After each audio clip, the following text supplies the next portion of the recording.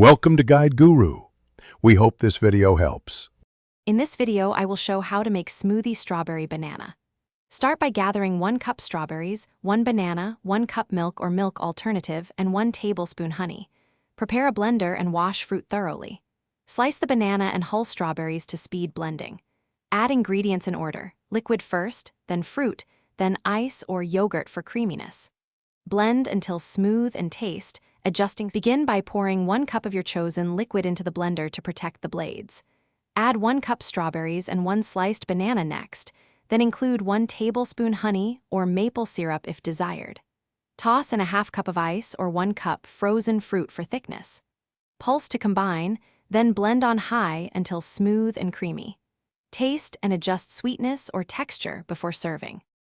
To enhance flavor without overpowering the smoothie, use ripe strawberries and banana for natural sweetness.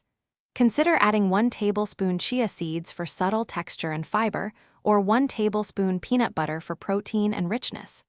A pinch of cinnamon brightens the berry notes nicely. If you want a green boost, add a small handful of spinach. It blends smoothly and barely changes taste. Taste as you go to keep balance. Thanks for watching. Consider subscribing if we helped you today.